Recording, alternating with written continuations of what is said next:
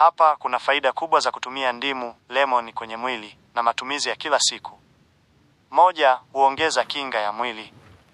Ndimu ina vitamini C nyingi ambayo husaidia mwili kupambana na magonjwa kama mafua, homa na maambukizi madogo. 2, husaidia mmeng'enyo wa chakula.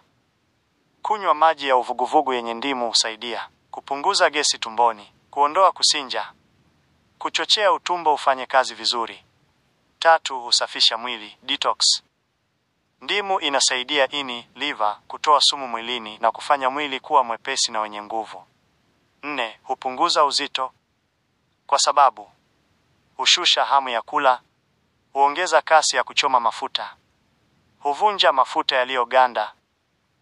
Watu wengi hutumia maji ya ndimu asubuhi kupunguza tumbo. 5, inapunguza mafua na kikohozi.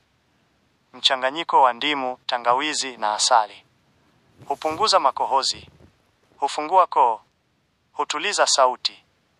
6, husaidia ngozi kuwa safi.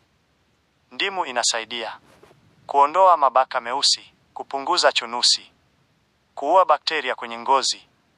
7, huongeza nguvu ya mwili. Maji ya ndimu husaidia mwili kupata maji, hydration, na kuongeza nguvu hasa katika joto. 8, hushusha shinikizo la damu kidogo. Ndimu husaidia mishipa ya damu kupumzika na kuchochea mzunguko wa damu. 9, inasafisha mdomo na kupunguza harufu mbaya. Kutumia ndimu au maji ya ndimu husaidia kuondoa harufu mbaya kutokana na bakteria. 10, husaidia figo. Maji ya ndimu hupunguza hatari ya kupata mawe kwenye figo, kidney stones.